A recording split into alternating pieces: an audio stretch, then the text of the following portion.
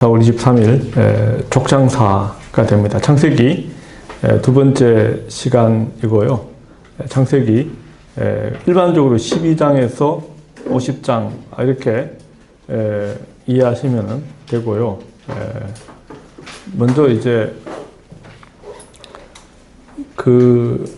구약 성경을 또 전반적으로 성경을 이해한다는 것이 뭐냐, 성경을 공부한다는 것이 무엇을 의미하느냐 라고 했을 때 이제 굉장히 다양한 논의가 가능합니다만은 저는 1차적으로 이 수업은 주로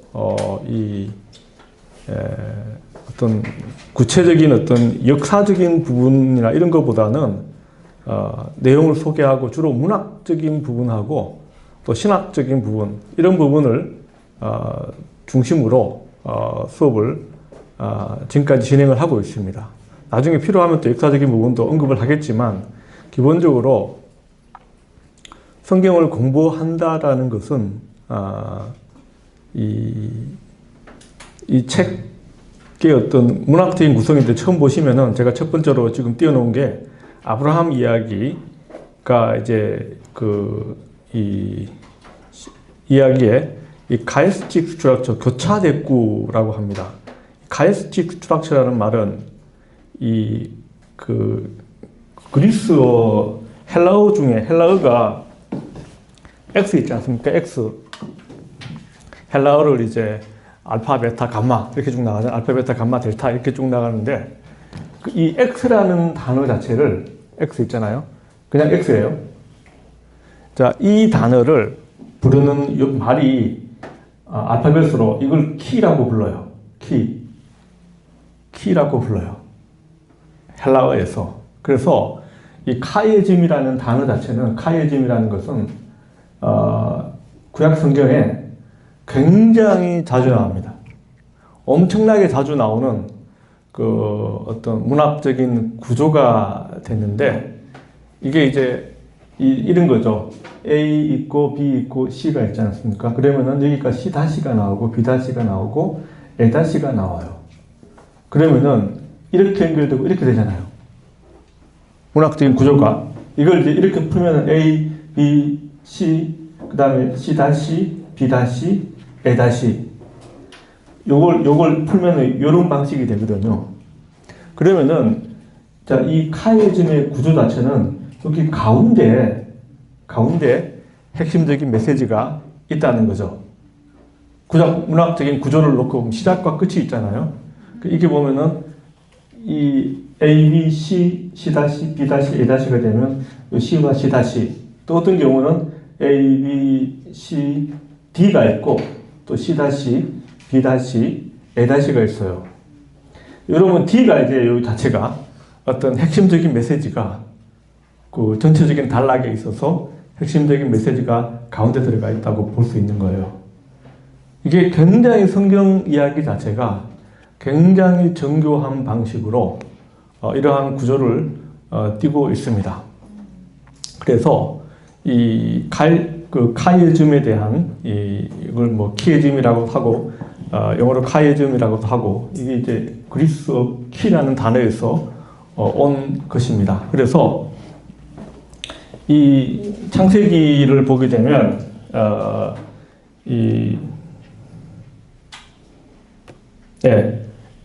아브라함 이야기, 사실은 제가 보내드린 그 파일 책을 보시면은 창세기 전체가 다 이 카이즘 구조로 설명이 가능한 형태로 구성이 되어 있습니다. 여기 보시면은 아브라함 이야기는 11장 27절부터 시작을 하는데, 이 가운데 이스마엘의 수태고지와 이삭의 수태고지, 이 부분이 가운데에 딱 들어가 있잖아요. 아브라함 이야기의 여정의 시작이고, 아브라함 이야기의 B와 B-는 아브라함 이야기 여정의 절정이다. 이 절정이라는 말이 클라이막스잖아요.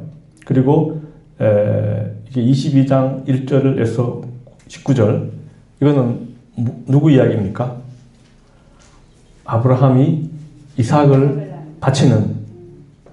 제단에 바치는 이야기예요. 그게 보면은 그거하고 이 12장 1절에서 9절 아브라함의 인생 여정을 시작하고 12장과 22장은 굉장히 긴밀하게 서로 또 연결되어 있어요. 연결되어 있습니다. 그리고 가운데가 이 두 민족의 어떤 수태고지에 대한 이야기가 나와 있습니다. 일단은 제가 이제 모티프라는 단어를 사용을 하는데 이 모티프라는 이 소재 자체는 모티프라는 것은 소재입니다. 이야기거리, 주제, 이야기의 소재가 되는 이 거리 중에 첫 번째가 이제 불임 모티프다. 그 임신을 하지 못하는 그 이야기잖아요.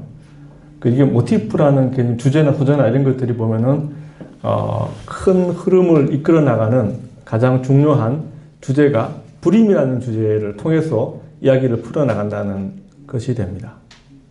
우리가 한국 드라마에 가장 많이 나오는 그 모티프가 뭘까요? 예? 사람. 출생의 비밀 이런 거 있잖아요.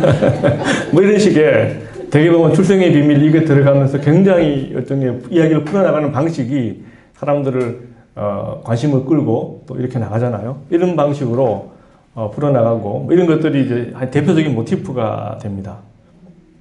그러니까 이 좀 모티프가 가능한 것은 뭐냐면 이런 거예요. 이야기가 이제 우리가 문학적으로 성경을 이해한다는 것의 의미가 뭐냐면 일단 소재 이야기거리가 그 아까 출생의 비밀. 근데 여기 출생의 비밀 가지고 계신 분 계세요? 거의 대부분 없잖아요. 그죠? 대부분은 없어요. 대부분은 없는데 불가능한 건 아니잖아요. 특별한 소재잖아요. 그러니까 이게 남들이 다 아는 정상적인 부모 밑에서 태어나고 이거는 사실은 그 사람들의 관심 자체가 별로 없어요. 그죠? 사람이 관심을 끌려고 그러면 뭔가 특별해야 되는 거예요. 특별했을 때 이제 관심을 끌게 되는 거잖아요. 그런 그 주제가 그런 문학적이라고 하면 그런 주제인 겁니다. 그러니까 불임이라는 것은 대부분의 90% 우리나라에 있다는 그 가정을 보게 되면 90% 이상은 정상적인 자연분만 상태에서 결혼해가지고 자녀를 낳고 살아요. 근데 한 10% 정도가 불임으로 이제 고통을 겪는 가정이 있잖아요. 이것도 90%는 다 문제가 특별한 게 아닌데 10% 정도 사람들은 이 불임이라는 걸 가지고 요즘은 뭐 시험관 아기를 통해서 어제도 제가 아는 분이 이제 시험관 아기를 통해서 한 명의 자녀가 태어났는데 요즘은 뭐 그게 불임이어도 충분히 이제 극복 가능한 어떤 기술이 있잖아요. 근데 옛날에 그게 안 됐잖아요. 그럼 어떻게 됐을까요? 어떻게 했습니까? 아주 점잖은 집에서는 양자를 데리고 오고, 예?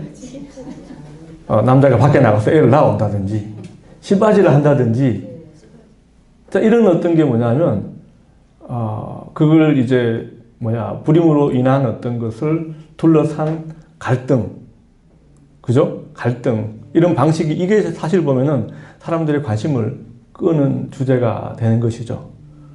정상적으로 뭐 둘이 그냥 결혼해가 자녀 놓고 잘 먹고 잘 살았다. 이거는 특별하지 않는 거죠. 그러니까 문학적인 이야기거리가 된다라는 것은 특별해야 한다는 거죠. 보통 뻔한 이야기는 아니라는 거예요. 그 예를 들면, 또 하나 예를 들면은, 보통 사람들은, 회장님 아들은 누가 결혼해요? 하여튼 뭐 잘난 집 예식하고 결혼하겠죠. 그죠? 재벌집 회장님 아들이 대부분 99%는 거의 잘난 집 와이프를 아내로 이제 데리고 오겠죠. 그러나 그거는 이제 뉴스거리는 되더라도 문학적인 소재가 되지는 못해요. 왜? 당연한 거잖아요. 그죠? 문학적인 이야기거리가 되려고 그러면 어떻게 됩니까? 네? 이게 다시 말하면 그 어느 시골에서 올라온 그 아가씨가 대기업 그 사무실에 청소부로 이렇게 취직을 했어요. 그 청소하다가, 예? 우연히 이제 회장님 아들하고 만나요. 그죠? 회장님 아들이 갑자기 미끄럽게 나는데 그 미끄러 넘어져요. 막 달려가가지고, 막 가서 이렇게. 주로 그렇게 시작하잖아요. 그러면서 어떻게 됩니까? 반대하고, 예? 또 막 이렇게 하고, 둘이 도망가고, 뭐 하여튼, 뭐 이런 이야기가 뻔한 이야기잖아요. 이런 것들은 이야기거리가 되죠. 그죠? 그러니까 문학적이라고 한다는 것은 이야기거리가 된다는 것은 특별하지만, 뻔한 건 아니고, 특별한 어떤 이야기거리나 소재가 반드시 들어가게 돼 있어요. 그 보면은, 그 문학적이라고 하면 대부분 이제 우리가 이야기하는 영웅서사, 영웅서사에는 좋은 집에 태어나가지고, 예? 공부 잘해가지고, 부모님 다 훌륭해요. 공부 잘해요. 그래서 서울법대 들어가서 판사 됐어요. 그 아무 감흥이 없어요. 그렇잖아요? 당연한 거예요. 그런데 이제 시골에서 막 이렇게 태어나가지고, 초등학교밖에 졸업 못했는데, 뭐 검정고시 시험 봐가지고, 어떻게 해가 변호사 시험 봐가지고, 뭐 이런 이야기. 이거는 서사가 있잖아요. 이 영웅서사에 어울리는 그 이야기거리가 되었을 때 사람들이 이제 관심을 갖게 되는 거잖아요. 이런 거예요. 이게 이제 일반적으로 문학적으로 이제 브릿 모티프라는 건데, 이제 그런 맥락에서 보면은, 그렇다고 전혀 황당무계한 것들은 문학적인 소재가 될 수가 없어요. 예를 들어서 뭐 갑자기 현실에서 일어날 수 있는 가능성이 있어야 되잖아요. 개연성이 있어야 되는 거죠. 이걸 역사적 개연성이라고 그래요. 우리 주변에서 일어날 수 있는 사건이어야 되는 거죠. 완전 황당무계한 것은 그거는 사람들이 관심이 또 없어요. 역사적 개연성이 일어날 수 있어야 되는 거고. 그래서 보면 성경의 이야기들은 이 문학성과 문학적인 특수성과 역사적 개연성이라는 이 두 가지가 플러스가 되면서 우리에게 많은 공감을 가지고 와요. 그러니까 성경이 가지고 있는 가장 중요한 장점이 뭐냐면 재미있다는 거예요. 흥미를 끌고 사람들 재미를 불러일으키는 많은 요소가 있습니다. 성경이 만약에 재미가 없고 그냥 만약에 우리가 법전처럼 신론, 일론, 인간론, 그걸 조직신학이라고 하는데 성경이 그렇게 되어 있으면 하나님은 어떤 분이시고 뭐 이렇게 되어 있으면 어떻게 됐을까요? 지금까지 오늘날 우리에게 전달되지도 못했어요. 쓰레기통에 다 들어갔어요. 이게 성경이 우리에게 전달될 수 있었다는 것은 많은 사람들이 이걸 읽고 전달하는, 수집하고 하는 이 과정에 걸쳐서 여기까지 올 수 있었던 것은 재미있기 때문에 이게 어떻게 보면 가장 중요한 부분이고, 그러니까 역사와 문학이라는 것이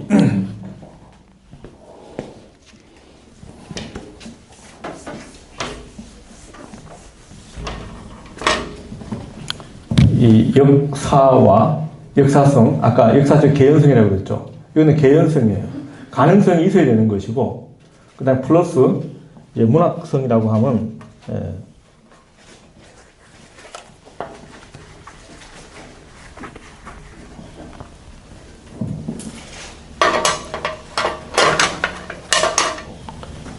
문학이라고 하면 이건 흥미예요. 흥미. 이것이 합하여 전달하고자 하는 메시지가 뭐냐 하면은 이게 신학적 메시지예요.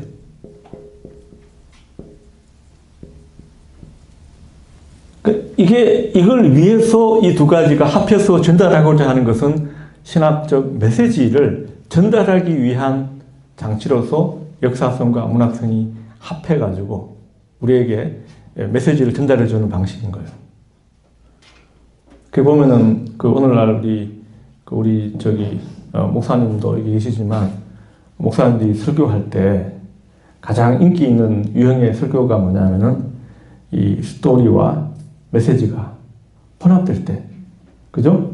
이게 사람들에게 이제 가장 큰 감동을 주고 이야기 스타일 나가잖아요. 이런 거와 생각해보면 비슷한 메시지예요. 성경의 이야기라는 것이 이야기, 문학과 역사적 개연성 이 두 가지가 합해서 신학적인 메시지를 전달해주고 있다. 이렇게 놓고 볼 수 있습니다. 저 프리모티프 한번 보시면은 구체적으로 제가 한번 이 부분을 짚고 나가겠습니다. 11장, 창세기 11장.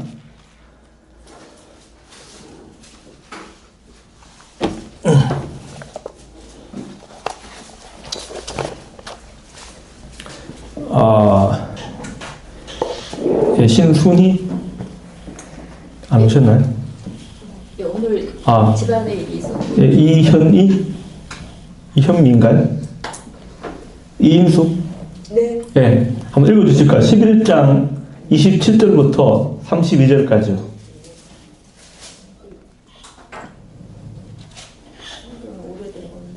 괜찮습니다. 네.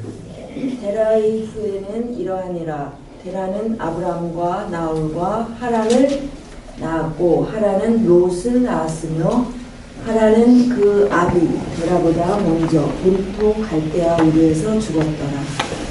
아브람과 나홀이 장가들었으니 아브람의 아내 이름은 사레며 나홀의 아내 이름은 밀가니 하란의 딸이요 하란은 밀가의 아비며 또 이스가의 아비더라.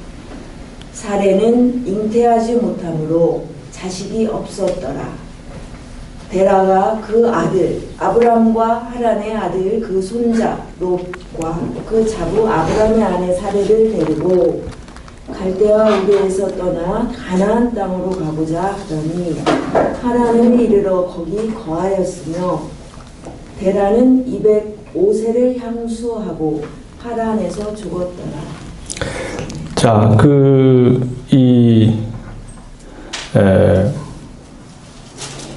지금 창세기 족보에 대한 얘기가 나오잖아요. 족보가 나오는데, 이 첫 번째 창세기 5장에서의 족보는 아담부터 노아까지의 족보가 10세대예요.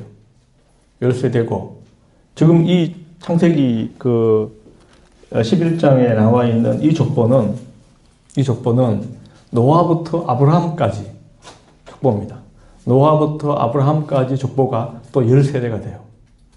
그러니까 10세대 이렇게 족보를 통해서 서로 연결시키고 있고, 이제 아브라함이 때 왔어요. 그러니까 아브라함에 대한 가족 소개예요. 아버지가 데라고, 이제 아브라함의 아내가 이 사레가 되는데 자녀가 없어요. 나홀과 밀가가 있고, 또 거기서 하란이 태어났고, 그 다음에 롯이라는 조카 이야기가 나오죠. 그 다음에 갈대와 우르라고 되어 있는데, 갈대와 우르에서 그 가나안으로 가기 위해서 갈대와 우르를 떠나가지고 하란으로 이사를 갑니다. 이 갈대아 우르라는 이 지역 자체가 현재 그 산르울파라고 혹시 투르키예 지역에 혹시 여기 가보신 분 계신가요? 혹시 그 산르울파라고 지금 그 산르울파 주가 있어요. 투르키예 지역 시리아 북쪽에 그쪽 지역에 산르울파 주가 있는데 주도가 현재 그 산르울파 지역입니다. 그 다음에 이 창세기 27장 1절에서 2절 보시면 야곱이 도망을 가잖아요. 그죠? 어디로 도망갑니까? 자기 어머니 리브가가 살던 외삼촌 집으로 도망을 가잖아요. 여기가 이제 아람 평원이라고, 이게 밧단 아람이라고 되어 있죠. 밧단 아람이라는 것이 아람 평원이라는 곳이에요. 자, 여기가 이렇게 보시면은, 제가 여기 지도를 보시면은 여기 하브루 강이 있죠. 네? 이게 밑에가, 여기가 유프라테스 강이에요. 유프라테스 강이고, 여기가 하브루 강이고, 그 다음에 이게 유프라테스 강이고 하브루 강이고, 이 위에가 이제 티그리스 강인데, 여기 사이 하브루 강과 유프라테스 강 사이를 아람 나하라임이라고 되어 있지 않습니까? 이게 뭐냐 하면은 창세기 24장 10절에 보면 뭐라고 나와 있냐면은, 24장 10절에 보면은 메소포타미아로 갔다라고 되어 있어요. 이게 뭐냐면은 히브리어로 아람 나하라임이에요. 아람 나하라임인데 메소포타미아라는 이것은 그 70인역의 번역을 70인역에서 이것을 메소포타미아 강 사이에 이렇게 번역을 하면서 우리가 알고 있는 메소포타미아라는 이 개념이 생겨난 게 된 거예요. 창세기 24장 10절에. 근데 히브리어로는 강 사이의 아람이라는 뜻이에요. 나하라임이라는 것이 두 강이에요. 두 강 사이의 아람인데 이게 뭐냐면은 하브루 강과 유프라스 강 사이에 이 아람 나하라임이 있고 여기에 하란이라는 도시가 있어요. 하란 위에가 산르 울파라는 지역인데 여기가 아브라함의 고향인 울이었을 거라고 이제 추측을 하고 있습니다. 자, 그 다음에 용어를 제가 조금 정리를 하면 하나님의 이름에 대한 이야기예요. 하나님에 대한 이름. 우리가 이제 YHWH 저 하나님의 거룩한 이름 네 글자라고 얘기를 해요. 하나님의 거룩한 이름 네 글자, 네 개의 글자가 YHWH인데, 이걸 우리가 이제 야훼라고 하기도 하고 여호와라고도 하죠. 야훼라고 하고 여호와라고도 하는데, 이 단어 자체는 성경에 보시면 여호와 이름을 망령되이 일컫지 말라. 어디에 나옵니까? 십계명에 나오죠. 십계명의 제3계명이 야훼 이름을 망령되이 일컫지 말라. 그리고 이렇게 하다 보니까 혹시 모르니까 유대인들은 이 이름 자체를 아예 부르지를 않았습니다. 아예 부르지 않았습니다. 그래서 이게 지금도 마찬가지예요. 지금도 성경을 읽다가 YHWH가 나오면 아도나이라고 읽어요. 아도나이라는 말이 주님이라는 뜻이에요. 아도나이. 글자는 YHWH인데 읽을 때는 항상 아도나이로 읽어요. 그러다 보니까 나중에 이 모음이 있지 않습니까? 히브리어가 모음이 없다고 그랬지 않습니까? 제가 첫 시간에 원래 자체가 모음 표기가 안 돼 있다고 말씀을 드렸어요. 그래서 모음이 없기 때문에 아도나이에서 모음을 빌려와 가지고 YHWH에 모음을 붙인 거예요. 그게 뭐냐 하면은 여호와가 나온 거예요. 거기서 그대로 읽다 보니까 여호와라는 이 표기법이 나오게 된 거예요. 이걸 이제 영어로는 지호바 이렇게 이야기하기도 하고요. 여호와라고 이렇게 나오는데 실제 발음은 아마 학자들이 추측하기로는 야훼였을 것이다. 그래서 대개는 이제 번역 자체를 할 때는 되게 the Lord라고 이렇게 번역합니다. 영어로도 보면 야훼라고 번역하지 않고 아도나이의 표기법에 따라서 아도나이가 the Lord거든요. 주님이라는 뜻이기 때문에 근데 이 YH도 이스라엘 민족 고유의 신이에요. 이 YHWH는 이스라엘 민족의 신은 하나밖에 없어요. YHWH예요. 그런데 이스라엘 백성들이 가나안 땅에 들어갔잖아요. 가나안 땅에 들어가니까 이미 신들이 있어요. 가나안 사람들이 믿고 따르는 신들이 쭉 있었을 거예요. 있죠. 그게 이제 기본적으로 제가 여기 4번에 적어놓은 엘이라는 신이에요. 엘. 가나안 만신전의 최고 신이에요. 바알의 아버지가 나오고 창조주로 나오는 신이 있어요. 엘. 그 다음에 이 엘이라는 신은 최고 신인데 늙고 힘이 없어요. 늙고 힘이 없는 신이에요. 그러니까 망치 좋은 할아버지 같은 이런 느낌으로 이해하시면 될 것 같고요. 그 다음에 이제 그러다 보니까 우리가 이스라엘 할 때 엘. 그 다음에 이 엘이라는 단어가 많이 나오죠. 그 다음에 뭐냐면 두 번째가 엘로힘이라고 나와요. 자, 이 단어는 엘로힘인데 엘하고 엘로힘 관계가 있죠. 네, 관계가 있어요. 그러니까 엘 형태가 복수가 엘로힘이에요. 복수 형태가 나와요. 이거를 가지고 우리가 보통은 위엄의 복수라고 불러요. 뭔가 이렇게 강력한 어떤 힘을 가지신 신 이런 의미가 내포되어 있습니다. 근데 이게 그러니까 신을 가리키는 일반 명사예요. 우리는 이 신이라고 쓰잖아요. 중국 사람들은 하나님을 엘로힘을 저 신으로 번역을 해요. 중국 성경에는. 중국에서는 저게 이제 신에 대한 일반 명사거든요. 우리가 신이라고 발음하잖아요. 그 일반 명사라는 말은 최고 신에 대한 개념이 이미 있는 거예요. 단어가 있는 거예요. 우리는 최고 신에 대한 단어가 뭐였을까요? 하느님. 자, 이게 천주, 상제, 그 천주교라고 하잖아요. 이 하늘의 주인이라는 뜻이잖아요. 이 단어가 이미 한국 사회에 있었던 거예요. 옥황상제. 그 상제라는 단어가 그 위상자에다가 그 임금 황제 할 때 제자잖아요. 그러니까 최고의 어떤 임금이다 이런 뜻이잖아요. 이런 개념으로 이미 우리 사회에도 그 개념이 존재했던 것이죠. 그래서 이것을 이제 엘로힘이라는 단어 자체가 이제 이거는 신에 대한 일반 명사예요. 그러니까 그러면은 야훼가 누구냐? 야훼는 너희의 하나님이다. 이렇게 의미가 가능한 거예요.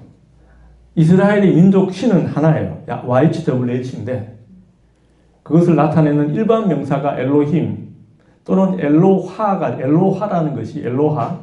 요거는 주로 이제 욥기라든지 저 시에서 주로 이 엘로하라는 표현이 나와요. 그래서 일단은 시어로서 많이 우리가 이해할 수 있는데 엘로하에서 엘로힘이 된 것으로 보입니다. 엘로하, 그 다음에 엘로힘 이런 형태가 된 것으로 보입니다. 그래서 신에 대한 일반 명사가 되는 것이죠. 그래서 우리 개신교에서는 하나님으로 번역을 하고 있고 일반 가톨릭 쪽에서는 하느님으로 되어 있잖아요. 기본적으로 우리나라 사람들이 가지고 있었던 개념은 하늘님이에요. 하늘님에서 리을이 탈락하고 하느님이 되었다. 그래서 이런 식의 이름 자체가 우리가 생각할 때 혼돈되지 않는데 기본적으로 이 엘로하, 엘로힘하고 야훼하고는 YHWH하고는 특별하게 갈등 관계가 아니에요. 갈등 관계는 아니에요. 이미 일반 명사잖아요. 야훼가 엘이다. 야훼가 엘로힘이다. 야훼가 엘로하다. 이렇게 되는 거고 주로 이제 갈등 관계로 나오는 신은 바알이죠. 바알이라는 신이고 성경에서 나오는 이 하나님의 이름 자체가 이렇게 제가 정리를 하고 지나가겠습니다. 네. 거기 예. 엘로힘, 엘로하에서 네. 엘이 하나님이니까 로힘, 로하는 그렇게는 아니고요. 그렇게는 아니에요. 네, 그건 아니고 엘하고 엘로하는 로하라는 단어로서는 또 특별한 의미를 형성하지 않습니다. 엘로하, 요거는 이제 어떤 시에서 나오는 용어로서만 나와요. 따로 의미가 형성되지는 않습니다. 엘로힘이라는 것은 복수 형태고. 네. 또 하나는 다니엘가 다니엘. 네. 그 엘도 다 하나님의 뜻이 있는 거예요? 이스라엘. 맞습니다. 예, 예. 다 하나님인데 다니엘 같은 경우에 나의 심판자는 하나님이다. 다니엘. 네. 다니라는 말이 my judge 이 뜻이거든요. 나의 심판자는 엘이다. 하나님이다. 뭐 이런 의미가 돼요. 그러니까 여기서 아까 우리 이스라엘 할 때도 오늘 설명도 할 텐데 이스라엘 하나님과 싸우는 자다. 뭐 하나님과 겨루는 자. 뭐 이런 의미잖아요. 이런 의미가 됩니다. 다 이게 L자가 들어가는 거. 우리가 그다음에 그 야훼 같은 경우에도 할렐루야 할 때 할렐루라는 단어는 찬양하라. 야훼를 줄임말이 야가 됩니다. 예. 할렐루야. 그러면 야를 찬양하라. 야훼를 찬양하라. 이런 의미가 되는 것이죠. 자, 그 아브라함 경우에 처음으로 이 첫 번째가 이제 12장 1절에서 9절까지가 첫 번째 이제 명령이에요. 1절에서 보시면 고향과 친척과 아비 집을 떠나 내가 내게 보여줄 땅으로 가라. 자, 이 고향, 친척, 아비 집, 요 순서가 보시면 고향이 제일 큰 단위죠. 그 다음 두 번째가 친척이죠. 그 다음에 아비 집, 아비 집이 가장 작은 단위죠. 그 당시에 일반적으로는 대가족 제도이기 때문에 아비 집이라고 하면은 3, 4대가 하나의 가정 집에서 사는 형태를 아버지의 집이라, 아비 집이라고 그렇게 부릅니다.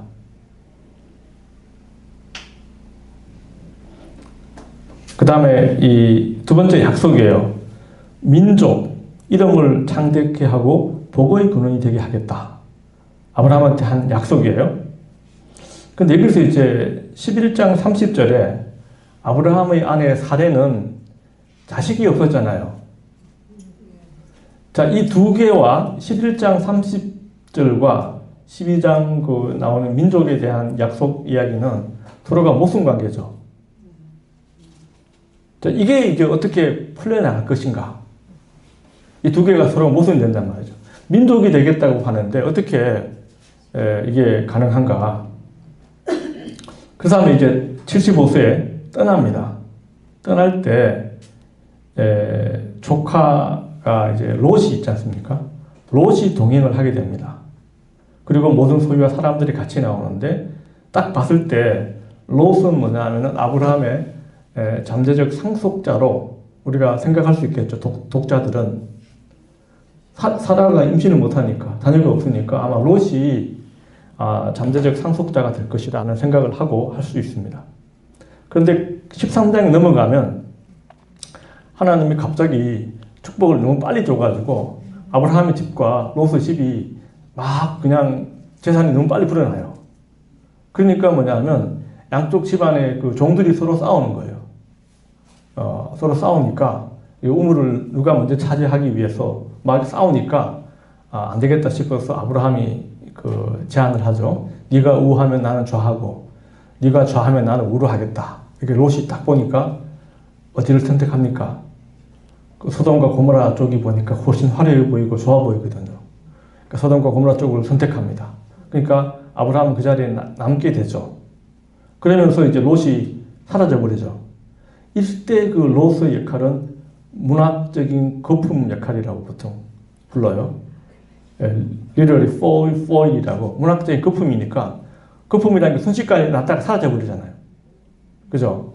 거품이라는 게 순식간에 일어났다 사라지는 역할이 되는 거죠. 그러면은 누가 상속자가 될 것인가? 롯이 사라져버렸으니까 아브라함의 상속자는 누가 될 것인가? 이런 의문을 우리가 독자들은 이걸 또 생각하면서 살겠죠. 그래서 보시면은 이 15장 이 3절에 보시면 아브라함이 이야기합니다. 다메섹 엘리에셀이 바로 나의 상속자가 될 것입니다. 하나님한테 이야기를 그렇게 하죠. 다메섹 엘리에셀이 상속자가 될 것이다. 그러니까 하나님이 이야기를 합니다. 아니야. 너 몸에서 날자. 약속이 좀 더 구체화됩니다. 네 몸에서 날자라고 이야기를 합니다. 근데 재밌는 거는 이 14장 14절에 보시면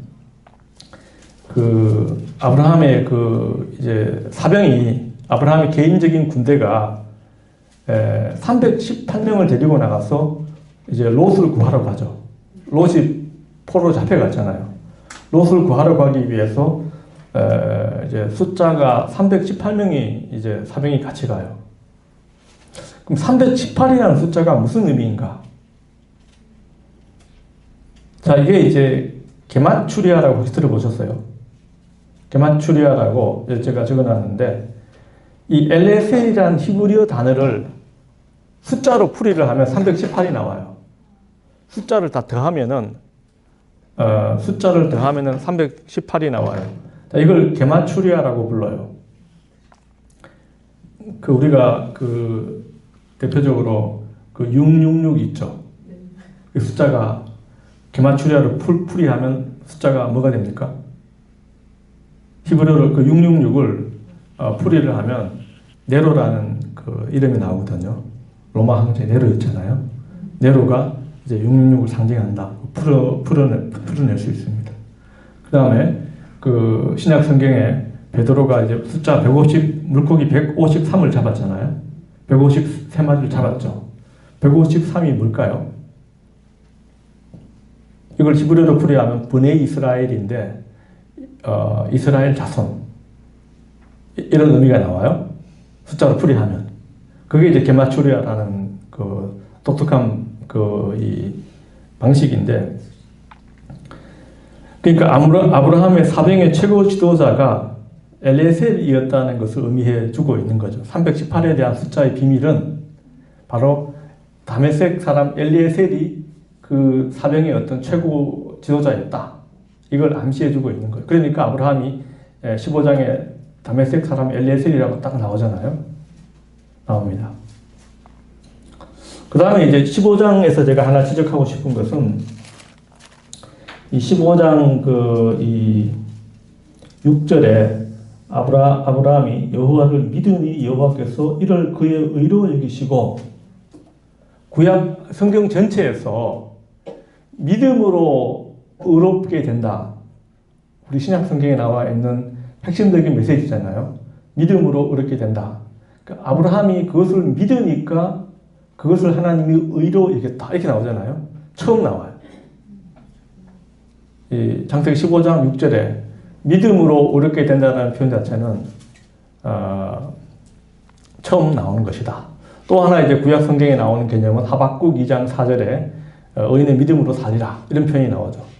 구약 성경에 하박국 2장 4절에 의인의 믿음으로 살리라 이런 표현이 나와요. 네. 자, 그 다음에 이제 이 네 번째 16장에 이스마엘에 대한 탄생 이야기입니다. 하갈이라는 사라의 몸종이잖아요. 몸종을 통해서 아들이 태어나요. 자, 이것은 아까 15장 4절에 보시면 너 몸에서 날짜가 되니까 이미 약속은 지켜진 거죠. 그러니까 신학적인 약속은 성취가 되죠. 아브라함의 어떤 몸에서 태어날 자, 이 개념으로서는 신학적으로 성취가 돼요. 약속이 이루어진 거예요. 이스마엘 탄생 자체가. 그러나 11장 30절에는 뭐라고 되어 있습니까? 사라가 임신하지 못해서 자식이 없다고 되어 있죠. 그러면은 문학적인 갈등 자체는 어떻게 풀리게 되나요? 사라가 임신해야 되는 거죠. 그래야지 이게 앞에 11장 30절에 나와 있는 문학적인 갈등 관계가 풀리게 되는 거죠. 신학적으로는 이스마엘이 이 아브라함의 후손이니까 맞아요. 하나님이 특정하게 사라의 몸에서 날짜가 네 후손이다 이렇게 얘기하진 않았잖아요. 그냥 너 몸에서 태어날 자가 후손이라고 했으니까. 자, 11장 30절에 문학적인 갈등은 해소가 되지 않습니다. 그리고 이제 이삭이라는 사라가 이삭이라는 사라가 웃었잖아요. 그러면서 이제 17장에 영원한 언약의 수혜자라는 개념으로 17장에 보면 이제 할례 이야기가 나오죠. 아브라함 집안에서 태어날 모든 사람이 이제 할례를 부려야 한다. 이 개념이 나옵니다. 그 다음에 이제 21장에 가서 21장 1절부터 7절을 보면은 아브라함이 100세에 얻은 아들이 태어납니다. 이게 그러면서 뭐냐면 11장 30절에 사라를 통해서 이제 사라가 임신을 해서 자녀를 낳았으니까 11장 30절에 제기되었던 문학적 갈등 자체가 해소가 되죠. 해소가 됩니다. 자, 그 다음에 이제 7번이 이제 이걸 22장 1절에서 19절 자체를 이걸 이제 아케이다라고 불러요. 아케이다라고 부르는데 그 바인딩이라는 뜻인데 아케이다라는 말이 24세기 22장을 보시면 22장 9절에 결박하다는 단어가 나오죠. 결박. 결박이라는 단어를 가지고 이걸 히브리어로 이제 아카드라고 하는데 아케이다라고 불러요. 결박. 그래서 이 아브라함을 그 제단에 바치는 이 스토리 자체를 아케이다라고 부르는데, 자, 아케이다라는 단어가 부르는데, 재밌는 것은 그 22장 1절을 보시면 그 2절에 보시면 내 아들, 내 사랑하는 독자 이삭 이렇게 나와요. 그죠? 내 아들이 몇 명인가요? 둘이잖아요. 그 다음에 내 사랑하는 독자, 누굴 더 사랑하지? 근데 딱 이름을 찍어서 이삭 이렇게 나오잖아요. 자, 요 표현 방식하고 아까 12장 1절에 고향, 친척, 아비집 표현 방식이 내 아들 사랑하는 독자 이삭, 큰 것에서 작은 것으로 가죠. 너의 고향과 친척과 아비집 마찬가지로 큰 것에서 작은 것으로 가죠. 또 하나 단어가 뭐냐면 내가 내게 일러준 한 산, 내가 내게 일러준 이 단어하고 12장 1절에 내가 내게 보여줄 땅이잖아요. 히브리어로는 같은 단어입니다. 히브리어로는 같은 단어입니다. 자, 그 12장과 다시 말해 여기서 제가 또 하나 이제 말씀드릴 것은 문학적인 연결은 신학적인 연결을 의미한다. 그러니까 12장과 22장은 문학적으로 보시면 내 아들, 내 사랑하는 독자 이삭, 너의 고향 친척 아비집, 내가 내게 보여줄 땅, 내가 내게 일러준 한 산 이렇게 되어 있잖아요. 이게 문학적으로 서로가 연결되어 있죠. 문학적인 연결은 신학적인 연결을 의미한다. 그럼 신학적으로 어떻게 연결되어 있을까요? 어떻게 연결되어 있을까요?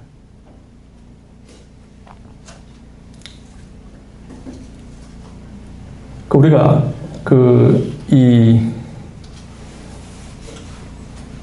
사실 아브라함을 우리가 믿음의 조상이라고 하잖아요. 근데 믿음의 조상에 어울리는 행동을 했습니까? 네? 아브라함에 대해서 한번 흉을 좀 한번 보면 어떨까요? 어떤 흉을 볼 수 있을까요? 아내를 동생이랑 맞습니다. 거짓말 했죠. 왜? 죽으려고 자기 와이프를 팔아가지고 자기 목숨 살려고 거짓말을 했잖아요. 그죠? 믿음의 조상 맞습니까? 근데 의를 가장 크게 여기셨습니까? 네? 인간적으로는 안 되지만 신학적으로 가능하기 위해서. 또 우리가 보면은 그 이스마엘이 태어나잖아요. 그 여자 싫어하는 남자는 없다라고 하지만 그래도 와이프가 자기 몸종을 가서 이렇게 자기가 임신 못하니까 이렇게 대신 이렇게 넣어준 거잖아요. 자, 그렇게 해가지고 또 태어났어요. 그죠? 애가 태어났어요. 그것도 믿음의 조상이 믿으면은 끝까지 믿어야지 덥석 그걸 또 받아들이잖아요. 네? 아브람, 우리가 알고 있는 아브람 맞나요? 또 둘이 되니까 막 서로 싸우잖아요. 두 와이프가 두 그 아내가 서로 싸워요. 왜? 애를 둘이 아들 놔두고 서로 막 싸우잖아요. 그러니까 아브라함은 두 아내와 두 아들이잖아요. 아니, 남자가 그렇게 했으면 책임지고 갈등을 풀어야지. 가기 그냥 한 대로 해가지고 쫓아버리잖아요. 쫓아버려요. 아니, 어떻게, 아무리 그래도 그렇지, 뭡니까, 이 서출이라고 그러죠. 첩의 그 와이프와 첩과 첩의 아들을 쫓아버리잖아요. 이건 아닌 것 같은데. 그러니까 아브라함 되게 한 것들은 저는 12장과 20장이라고 놓고 봐요. 22장. 이 두 개가 아까 보시면은 제일 위에 보시면 제가 이렇게 설명했죠. 제일 위에 보시면은 그 아브라함 인생에 여기 보시면 예정의 시작과 절정이 끝이잖아요. 클라이막스가 이 두 개가 서로 연결되어 있는 거예요.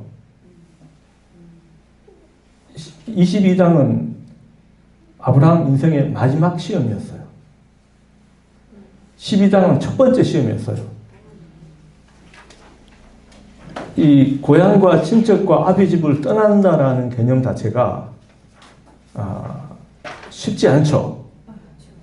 모든 안정장치가 모든 것이 안정하게 된 모든 것이 되어 있는데 하나님을 믿고 가나안으로 가라고 하니까 가나안이 어떤지도 모르는데 하나님이 보여준다고 하니까 그걸 믿고 따라갔잖아요. 그게 쉽지 않죠. 확답을 해가지고 하나님이 뭘 준다고 딱 한 게 아니고 아브라함 하나님을 믿고 따라간 거잖아요. 이 사건하고 22장 같은 경우에 22장의 경우에는 우리는 알고 있죠. 이삭이 죽지 않는다는 걸 알고 있어요. 독자들은 왜 우리는 이삭이 죽지 않을 거라는 걸 알고 있죠. 왜 알고 있어요? 성경 안에 이미 내재가 되어 있어요. 1절에 보시면 시험이라고 되어 있잖아요. 22장에 보시면 그 일 후에 하나님이 아브라함을 시험하려시려고 시험이잖아요. 테스트인 거예요. 그러니까 모든 시험은 항상 이렇게 출제자의 의도가 있잖아요. 하나님이 시험 문제를 냈는데 아브라함이 그걸 풀었잖아요. 그런데 하나님의 시험 출제자의 의도는 뭐였을까요?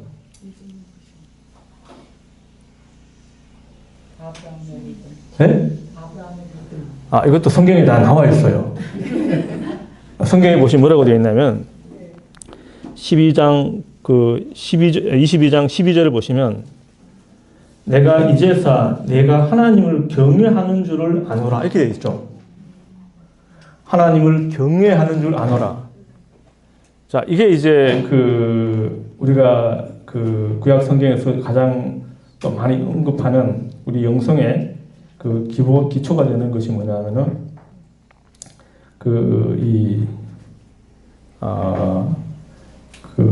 이르아트 아도나이 여호와 경외 하나님을 경외한다고 하잖아요. 경외. 이 경외라는 단어가 가지고 있는 의미가 뭐냐라는 거죠. 여호와를 경외함이 지식의 근본이다. 어디에 나오는 거죠? 성경에 나오죠. 잠언 1장 9절에 나와요. 1장 7절에 나와 있죠. 예? 여호와를 경외함이 지식의 근본이다. 잠언 1장에 이렇게 나옵니다. 이런 식으로 자, 여호와를 경외한다라는 이 개념은 이걸 가장 잘 설명할 수 있는 방법은 우리가 하나님을 처음 만났을 때 하나님을 직접 맞닥뜨렸을 때 우리가 느끼게 되는 감정 어떤 감정일까요? 일단 두려움이죠. 이게 아까 우리가 여기 경외라고 할 때 이 단어가 히브리어 동사가 야레라는 단어인데 이게 두렵다라는 뜻이에요. 1차적으로 두려움이죠. 또 환희, 기쁨, 놀람, 신비 이런 게 사실 다 복합적으로 들어가 있는 개념이죠. 그 개념입니다. 하나님을 만났을 때 우리가 느끼게 되는 어떤 그 정서적인 감정, 이 표현 방식인데 이게 어떤 그 우리가 영성의 가장 그 기본적으로 일종의 태도이자 자세적인 측면이잖아요. 그 개념 자체가 여호와에 대한 인정이고 자세와 태도적인 면을 의미한다고 놓고 보면 이 22장의 사건 자체는 이거는 굉장히 역사적으로 이 하여튼 영적인 어떤 샘터다 제가 이렇게 표현을 해놨는데 자, 이 유대교에서는 그 묶인 이삭이 묶여잖아요. 이게 누구를 의미하느냐? 이스라엘 자신들의 순환과 고난에 대한 거예요. 근데 참 보면은 3일 길이잖아요. 3일 길인데 그 아버지와 아들이 가잖아요. 아버지는 아들을 죽이러 가요. 그죠? 아들은 가면서 아버지한테 한 질문이 뭐예요?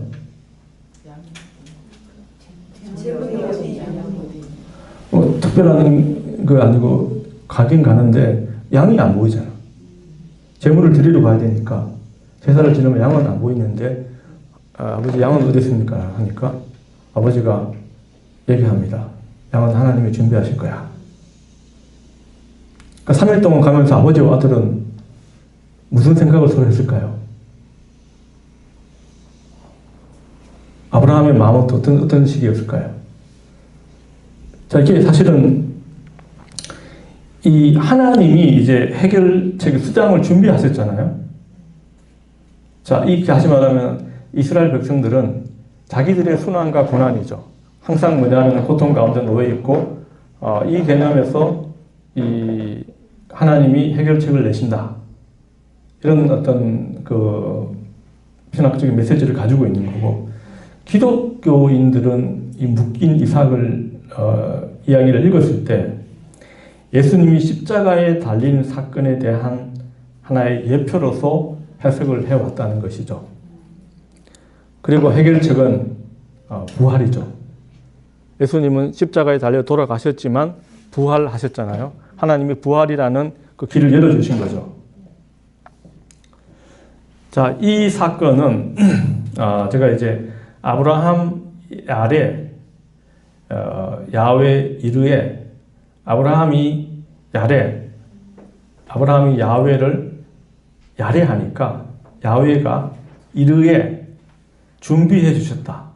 이 두 개, 야레와 이르에는 동사가 틀려요. 앞에 야레라는 동사는 두렵다라는 뜻이고 이르에는 그 보여주다, 나타나시다, 나타나다 이런 단어가 됩니다. 그 아브라함이 야레하니까 야훼가 이르해 주셨다. 야레 이르에 이걸 언어 유희라고 얘기하죠. 워드플레이라고 하는데 언어 사이의 그 발음의 유사성을 이용한 그 언어 유희에 해당이 됩니다. 자, 이 브림 모티프는 이 창세기 11장 30절의 사라, 25장 21절에 보시면 그 리브가가 또 브림이에요. 그 다음에 30장 그 1절에 보시면 라헬이 브림이죠. 그러니까 사라, 리브가, 라헬. 자, 이 세 족장의 세 명의 아내들은 다 이렇게 브림이에요. 근데 어떻게 며느리 세 명이 전부 다 브림이에요? 이것도 흔치는 않잖아요. 그죠? 흔치는 않은데, 자, 이 세 여인은 뭘 의미할까? 족장의 아내들이니까 이 세 여인들은 바로 이스라엘 자기 정체성을 의미한다. 이게 무슨 뜻이냐면 이스라엘 백성이 살아가는 가나안 땅 있잖아요. 가나안 땅 자체는 불임의 땅이라는 뜻이에요. 가나안 땅 자체가 불임의 땅이다. 그러니까 젖과 꿀이 흐르는 땅이라는 이 표현 자체는 젖은 이제 보통 양의 젖, 꿀은 뭐냐면 대추야자. 그런 개념이 대추야자가 이제 꿀처럼 거기 달기 때문에 젖과 꿀이 흐르는 땅이라고 표현을 하는데 이거는 이제 그 땅 한 뼘이 없는 유목민의 관점에서 보면 그럴 수 있는데 객관적으로 이 가나안 땅 자체가 그렇게 좋은 땅은 아닙니다. 왜? 특별히 이 비교해 봤을 때 이스라엘의 자기 정체성은 뭐냐면 메소포타미아 지역, 티그리스와 유프라테스 강, 그 천혜의 그 비옥한 초승달 지대라고 부르잖아요. 나일강, 이집트에서 나일강. 이집트는 96%가 사막이에요. 96%가 사막인데 나일강 그 주변으로 가보면 나일강 주변으로만 사람이 살아요. 아니, 딱 가서 보면 보여요. 나일강에서 한 50m까지 나일강이 있으면 그 주변에 양쪽 주변에 한 10m에서 한 50m 사이만 풀이 있고 나무가 있고 그 넘은 다 그냥 사막이거든요. 그럼에도 불구하고 이집트는 항상 뭐냐면 좋은 땅이고 이스라엘 백성들이 피난감을 항상 받아주는 그만큼 뭐냐면은 넉넉한 삶을 살았다는 것이죠. 풍요로운 삶을 살았다는 것입니다. 그리고 두 나라 자체는 메소포타미아와 이집트는 그 당시에 최고의 선진 국가들이었어요. 근데 이스라엘은 후발주자예요. 별 볼 일 없는 친구들, 민족들이에요. 근데 늦게 출발했어요. 역사적으로도 한 1500년 거의 더 늦게 출발한 후발주자인데 그러면은 이제 자기들은 땅도 이제 시원찮아요. 자, 이 입장에서 놓고 봤을 때 이 불임여들이 어떻게 해결되는가? 어떻게 해결되냐면 하나님의 간섭과 하나님이 태를 일으켰으므로 하나님의 개입으로 이 불임의 문제가 해결된다는 거예요. 이스라엘 민족의 자기 정체성은 바로 불임의 땅이에요. 별 볼 일 없는 땅이에요. 그러므로 뭐냐면 하나님께 매달려야 살 수 있다는 것이죠. 하나님의 은혜를 간구해야지 이게 해결될 수 있다라는 메시지가 여기에 들어가 있는 거예요. 그래서 보시면은 제가 여기 적어놨죠. 역사적 개연성. 이거는 이제 불임 사건, 불임이라는 모티브 자체가 역사적인 충분히 우리 주변에서 일어날 수 있는 그 일이에요. 그 다음에 문학성은 흥미와 재미가 있고 역사와 문학이 합해가지고 신학적인 메시지는 이스라엘의 자기 정체성이라는 거죠. 불임의 땅이라는 거죠. 이집트와 메소포타미아에 비해 가지고 척박한 땅인데 극복 방안은 하나님의 개입과 간섭으로 이것이 극복될 수 있다는 메시지를 우리에게 전해주고 있는 것이다. 그 다음에 두 번째로 이제 장자권의 역전 모티프라고 제가 적었어요. 이 장자권의 역전, 에서와 야곱 이야기가 이제 등장하게 되는데 에서와 야곱에 대한 그 에서와 야곱의 탄생 이야기가 이 장자권을 둘러싼 그러니까 누가 장자가 될 것인가? 장자가 되면 어떤 혜택이 있었습니까?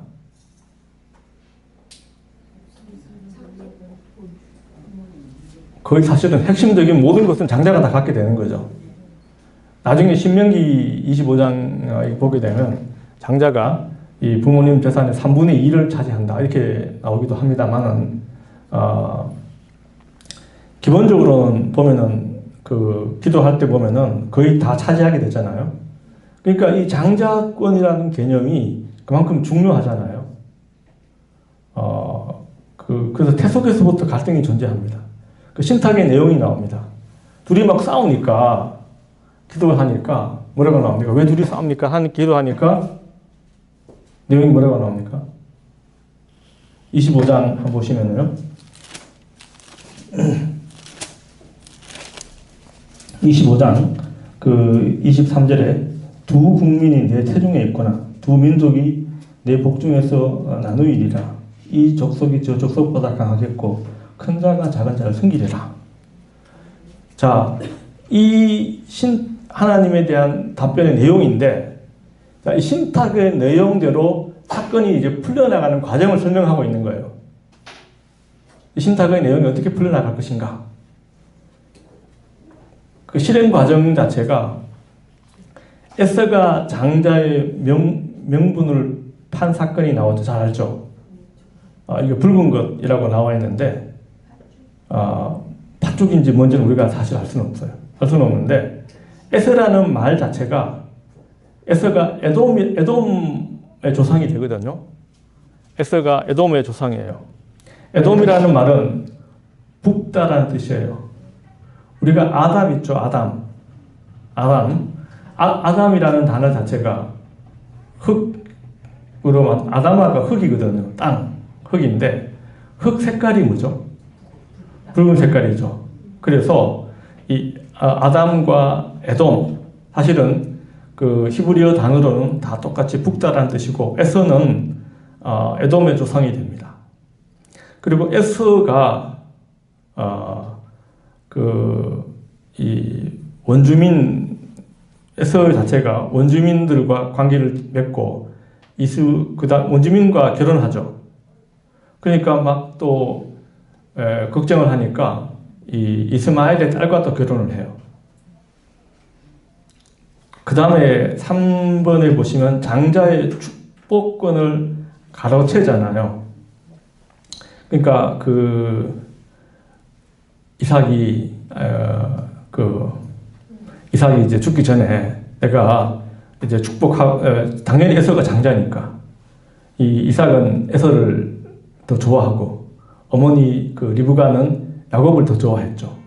그러다 보니까 아버지가 에서한테 얘기합니다. 가서 네가 잡아오는 짐승을 가지고 그 맛있는 음식을 만들어주면 내가 너에게 축복 기도를 해주겠다. 이렇게 하잖아요. 그 소리를 엄마가 들은 거죠. 듣고 뭐냐면 엄마가 음모를 꾸미죠. 이 축복권을 가로챌 계획을 세웁니다. 아버지는 이미 눈이 멀었어요. 그래서 보시면은 27장에 보시면은 염소 새끼 가죽으로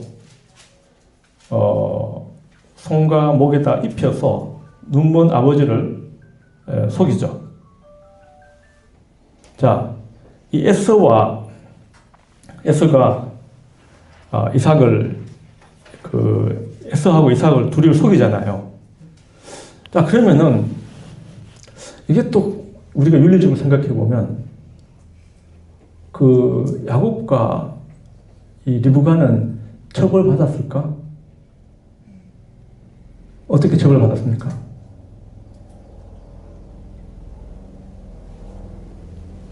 성경에 명시적으로 이 속인 대가로 야곱이 이러한 처벌을 받았다 나와 있진 않죠. 이걸 스토리 속에 풀어서 문학적으로 어떤 때는 암시를 하고 있는 건데, 염소 새끼 가죽으로 손에다 목에다 입혀가지고, 왜냐하면은 에서가 털이 많거든요. 이렇게 아버지를 속여요. 아버지를 속이는데, 이 뒤에 보시면 37장 31절과 32절에 보시면 이 야곱이 속였잖아요. 그런데 자기 아들들이 수렴소를 죽여서 채색 옷으로 속임을 당합니다. 그죠? 아까 염소 새끼 가죽인데 염소를 죽여서 채색 옷으로 속임을 당합니다. 염소 새끼를 속여가지고 아버지를 속였잖아요. 이번에는 야곱이 자기 아들들한테 염소 새끼로 똑같이 속임수를 당하는 거죠. 속임대로 똑같이 속임을 당하죠. 성경은 이렇게 처벌받았다는 얘기는 하고 있지 않은데, 이렇게 스토리 속에 풀어가지고 야곱도 속임수의 대가인 야곱이 속임을 당합니다. 야곱은 또 속임을 당한 것이 외삼촌 라반으로부터 속임수를 당하죠. 어떻게 속임수를 당합니까? 네. 첫 번째 라헬을 주겠다고 했는데 밤에 자고 일어나 보니까 옆에 있는 누운 사람이 레아였잖아요. 그래서 막 따지잖아요. 그러니까 뭐 이제 야곱 라반이 또 거짓말을 하죠. 우리 동네 간섭은 그게 아니야. 네가 7년 동안 더 일해준다면 일주일 뒤에 라헬도 줄게. 이렇게 해가지고 또 그 속임수를 당하죠. 그러니까 그리고 야곱 자신도 나중에 눈이 멀게 돼요. 눈먼 아버지를 속였잖아요. 자기도 눈이 멀게 돼요. 그러니까 이 성경이 이야기를 풀어내는 방식 자체는 윤리적으로 도덕적으로 이게 틀린 거야 이렇게 얘기하지 않고 스토리 속에 자연스럽게 녹여서 이걸 풀어내는 방식이라는 거예요. 이걸 우리가 보면은 이런 식으로 이제 우리가 볼 수 있는 거죠. 그리고 에서가 이제 분노를 하게 되죠. 분노를 하게 되니까 야곱이 이제 도망을 가다가 베델에서 베델이라는 말이 하나님의 집이라는 뜻인데 여기서 하나님을 이제 만나죠. 하나님을 만난 사건이 나옵니다. 그리고 이제 바단 아람 평원으로 도망을 갔습니다. 여기서 이제 12지파가 나오게 되는데 레아가 첫 번째로 그 루벤과 시므온과 레위와 유다 4명을 낳고 그 다음에 빌하가 누군가요? 라헬의 몸종이죠. 라헬이 임신을 못하니까 빌하를 줘서 단과 납달리가 태어나고 그렇게 되니까 레아가 또 그냥 자기의 몸종을 줘서 갓과 아셀이 태어나고 또 레아가 다시 또 합한처를 먹고 또 이렇게 또 임신해가지고 이사갈과 스불론이 태어나고 디나까지 태어납니다. 그리고 마지막에 이 라헬이 요셉과 베냐민 이렇게 12명의 그 12지파의 아버지가 되죠. 자, 이 떠남과 귀환인데 형 에서의 보복을 두려워해서 이제 야복강을 두고 모든 식구를 다 보내고 혼자 남아요. 거기에서 이제 마침 그 야복강에서 이 지명 이름이 브니엘인데 브니엘 하나님의 얼굴이라는 뜻이에요. 거기에서 이제 하나님과의 어떤 싸움이 벌어지는데 자 이스라엘 여기서 이제 이름이 이스라엘이 되잖아요. 근데 그 허벅지 관절을 다쳤다고 되어 있잖아요. 싸우다가 이 허벅지 관절이라는 표현 자체는 남성 그 생殖기에 대한 그 완곡어법입니다. 이걸 유피미즘이라고 합니다. 우리가 이제 어떤 성기에 대해서는 직접적인 표현을 하지 않잖아요. 그죠? 성관계에 대한 것도 마찬가지고 이런 표현들을 직접적으로 하는 문화는 없어요. 대개는 이제 은유나 이걸 통해 가지고 이제 그 완곡어법을 쓰는 거죠. 그래서 그걸 이제 유피미즘이라고 하는데 야곱이 쉽게 말하면 생식기를 다쳐서 성불구자가 되었다는 거잖아요. 그런데 하나님께서는 너를 통해서 이스라엘 민족을 다스릴 자가 태어나고 뭐 이런 또 자손이 태어날 것이라는 축복을 또 이야기를 하고 있습니다. 자, 이스라엘이라는 것은 또 의미가 뭐냐면 해석이 또 굉장히 많습니다. 이스라엘의 의미가 뭐냐? 저는 이걸 하나님과 싸우는 자다. 하나님과 싸우는 자다. 그러니까 하나님의 축복을 얻기 위해서는 끝까지 하나님과 싸우는 자다. 이걸 이스라엘 민족의 역사와 만약에 역사와 맞물려 해석을 놓고 보면 이스라엘 민족 자체는 진짜 하나님과 싸우는 역사다. 이런 의미도 또 동시에 포함하고 있는 거죠. 처절하게 야곱이라는 자기 일종의 이걸 이제 시조라고 하는데 첫 번째 이스라엘 민족의 첫 번째 할아버지가 야곱이라고 보는 거잖아요. 12지파의 아버지니까. 그런데 거기에다가 이스라엘이라는 것은 자기 국가의 정체성이나 의미 자체가 이스라엘이라는 거예요. 이건 뭐냐면 하나님과 하나님의 축복을 얻기 위해서는 비열하고 어떻게 보면 비도덕적일 수도 있는 이런 모습의 인간상 자체가 이스라엘 민족의 시조라고 설명하는 거잖아요. 그죠? 이 자체가 왜 그러면은 이스라엘일까? 야곱과에서는 장자잖아요. 간절함이 없어요. 가만히 있어도 사실은 모든 것을 다 가질 수 있잖아요. 근데 야곱은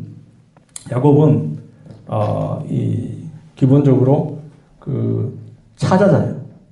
차자는 항상 뭐냐면은 장자가 가지고 있는 걸 이겨내기 위해서는 끝까지 절박하고 간절하고 하나님께 매달리는 이런 자를 이스라엘 민족의 시조로 삼았다라는 것이죠.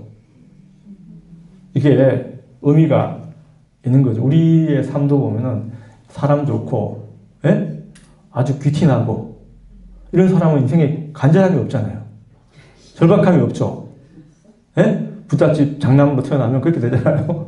그런데 이제 그게 아니고 그 반대의 경우에는 처절하게, 간절하게 살아간다는 건 그만큼 하나님께 간구하고 하나님의 도우심을 구하면서 하나님 없이는 못 살아가는 사람. 이런 사람이 하나님이 이런 사람을 사랑한다는 거죠.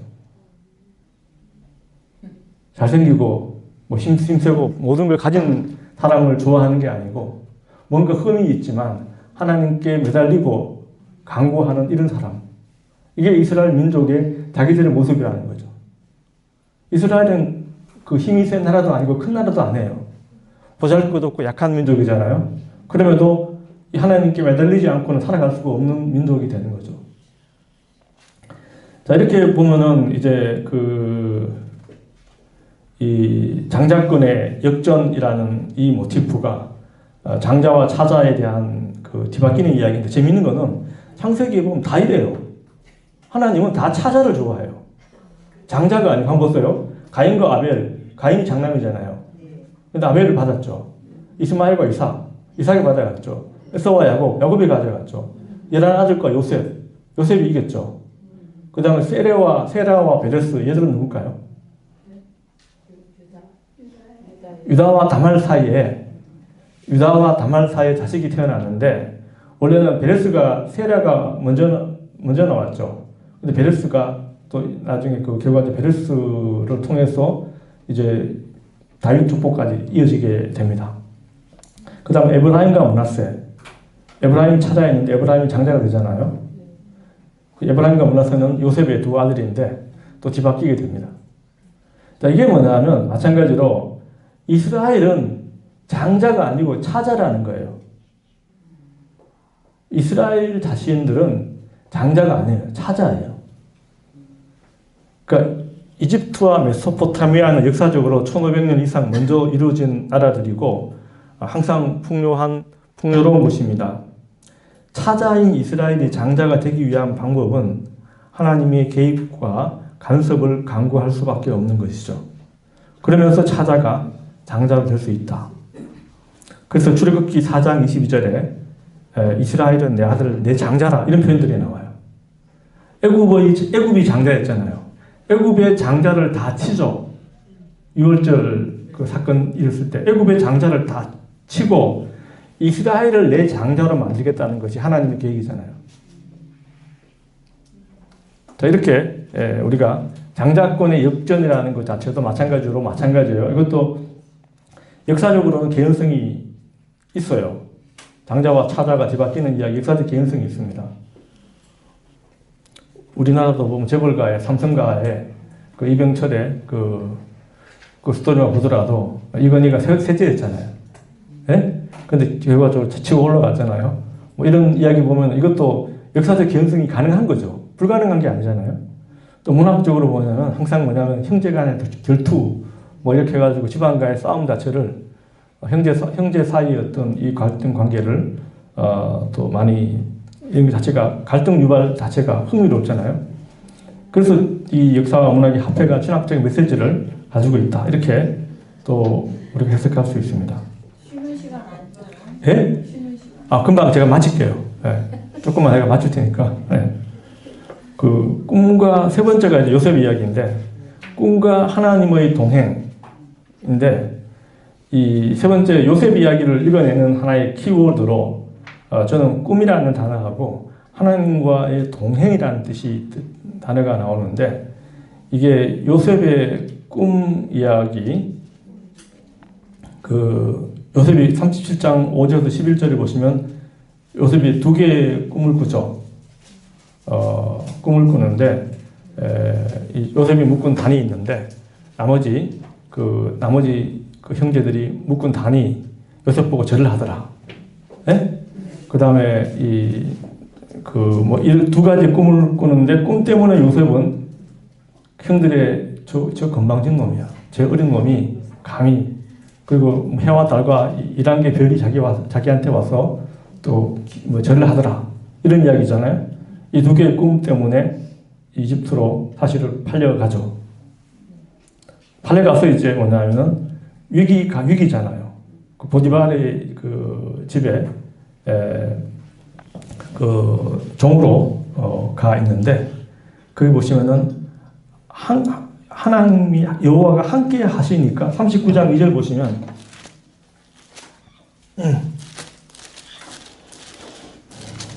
39장 2절에 보시면 여호와께서 요셉과 함께 하심으로 그가 형통한 자가 되었고 그의 주인도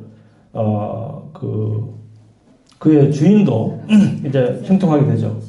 그 다음 21절에 보시면 여호와께서 요셉과 함께 하시고 그에게 인자를 대하사 간수장에게 은혜를 베푸겠어. 요셉은 어디 가든지 간에 하나님이 함께 하시기 때문에 요셉을 축복할 뿐만 아니고 그의 주변 사람까지 한꺼번에 축복하신다. 그 얘기잖아요. 그러니까 요셉 때문에 한 사람까지 다 함께 축복받게 된다라는 이야기를 하고 있는 거죠. 자, 이게 이제 두 번 나오면서 앞과 뒤가 나오면서 수미상관을 형성하게 되는데 요셉 이야기는 바로 보이지 않지만 하나님이 함께 하신다는 거예요. 그러니까 하나님이 직접 개입하는 것이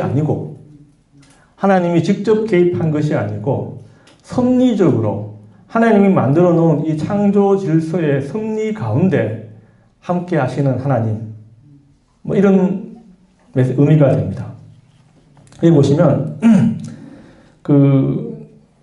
일단은 요셉의 아내 이 보디발의 아내가 이제 요셉에게 잠자리를 같이 하자고 했을 때 요셉이 거절하죠. 그러니까 요셉이 고발해가지고 남편한테 이야기를 해서 요셉이 억울하게 감옥에 갇히게 되죠. 그런데 거기서도 기본적으로 꿈 때문에 이제 사건이 진행이 나가는데 술 맡은 관원장과 떡 굽는 관원장이 나와요. 술 맡은 관원장은 이제 꿈을 꿨는데 그 3일 뒤에 자기가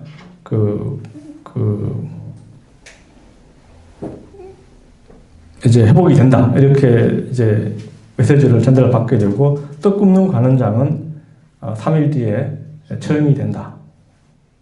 그리고 나서 이제 술 맡은 관원장이 잊어버립니다. 그리고 바로가 이제 꿈을 꾸게 되는 거죠. 꿈을 꾸게 되는데 두 개의 꿈이 있어요. 7년 풍년 꿈과 7년 흉년. 7년 두 가지 꿈인데 7년 풍년 동안 저축을 하고 7년 흉년 동안 저축한 곡식을 풀면 된다. 이렇게 해석을 하죠. 요셉이 총리가 됩니다. 7년 풍년 동안에 풍년이 오고 7년 동안 흉년이 와요. 가나안을 구제합니다. 그때 이제 가나안에 두고 온 아버지 형제들이 식량난으로 이집트에 곡식을 사러 오죠. 요셉이 형제들을 속이고 장난을 칩니다. 이런 재미있는 이야기가 이제 요셉 이야기의 어떤 그 큰 흐름 핵심인데, 이게 이제 꿈이 두 번 나오잖아요. 모든 꿈은 두 개가 나와요.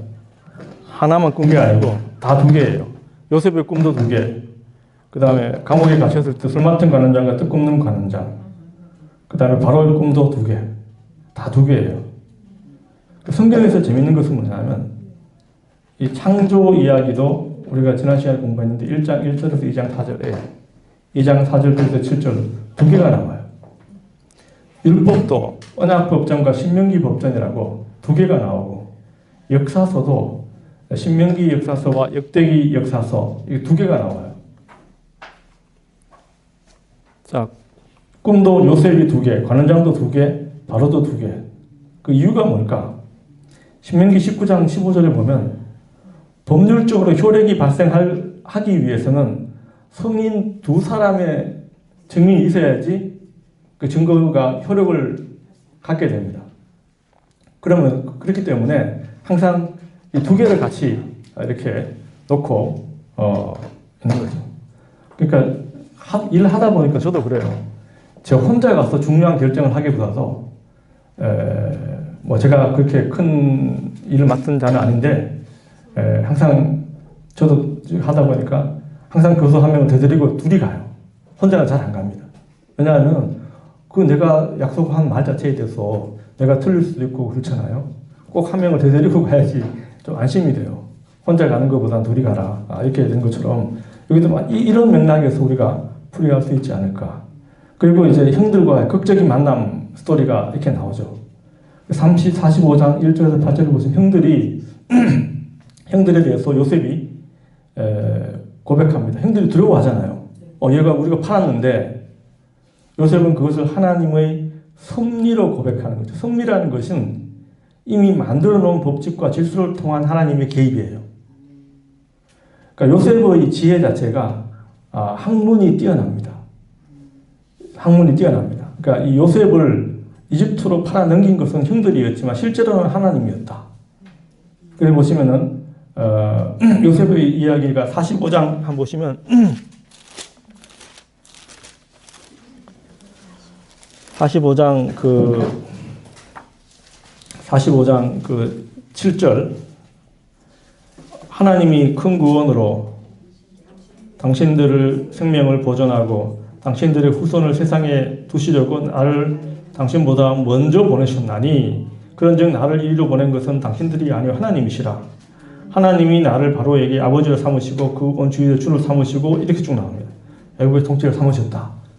이게 이제 섭리론적 고백이에요. 하나님이 그렇게 이끄신다는 거죠. 그 다음에 50장 18절을 보시면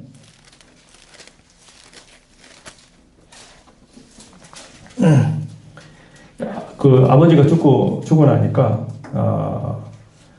이 아버지 때문에 자기가 요셉한테 해코지를 안 당했는데 아버지가 죽고 나니까 또 겁이 나잖아요. 그러니까 하는 말이 19절에 요셉이 그들에게 이르되 두려워 마소서, 내가 하나님을 대신하리이까. 당신들은 나를 해하려 하였으니 하나님이 그것을 선으로 바꾸어 오늘과 같이 많은 백성의 생명을 구원하게 하셨나니, 이렇게 나옵니다.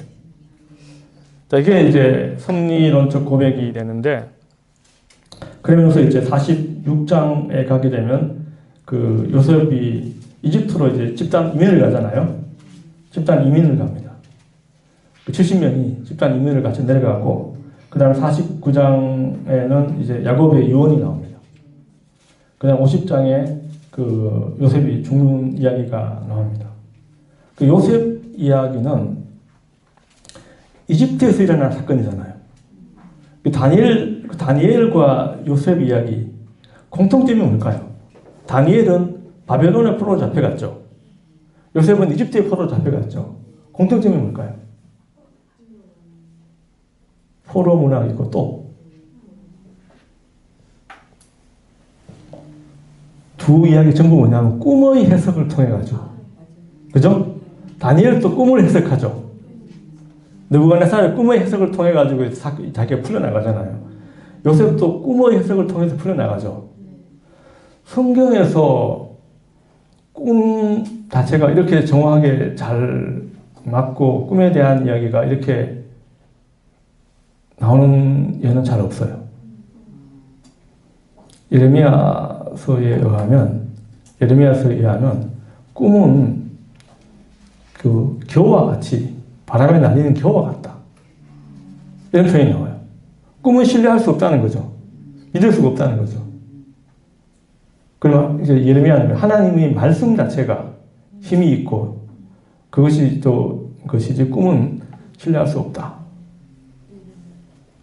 그게 성경의 주로 주된 입장이에요. 꿈과 드라빔 이런 것들은 사람을 현혹하는 것이지 그건 하나님을 신뢰할 수 있는 하나님을 알 수 있는 신뢰할 수 있는 방법이 아니라고 이야기하고 있는데 여기서는 꿈에 대한 이야기를 하고 있거든요. 왜 그럴까요? 이게 포로 문학이기 때문에 그래요. 이방의 땅에서도 하나님이 역사하시잖아요. 그런데 바벨론과 이집트는 꿈 해석으로 유명한 나라예요. 이집트와 바벨론 양쪽에서는 이와 같은 주술적인 것, 미신적인 이런 것들이 팽배해 있습니다. 주로 주술과 마법 이런 거 있죠. 이런 것들이 최고의 학문이었어요.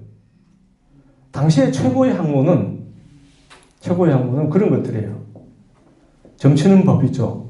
지금 그 고고학적 기록들이 다 나와 있어요. 어떻게 점을 치냐, 어떻게 미래를 예측할 것인가, 어떻게 신의 뜻을 알 수 있을 것인가.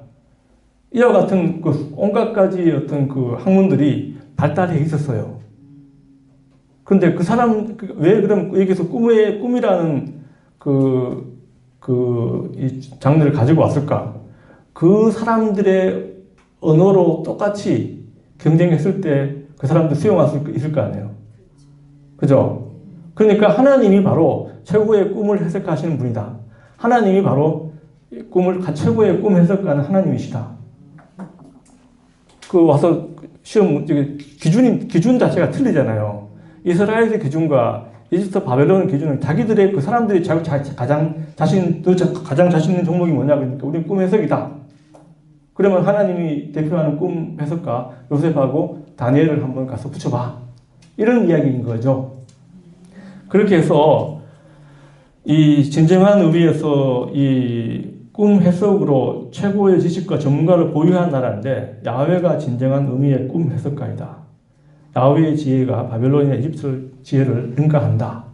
이런 메시지를 보여주고 드러내고 있다라고 지금 이야기를 하고 있습니다. 오늘 수업 여기까지 하겠습니다.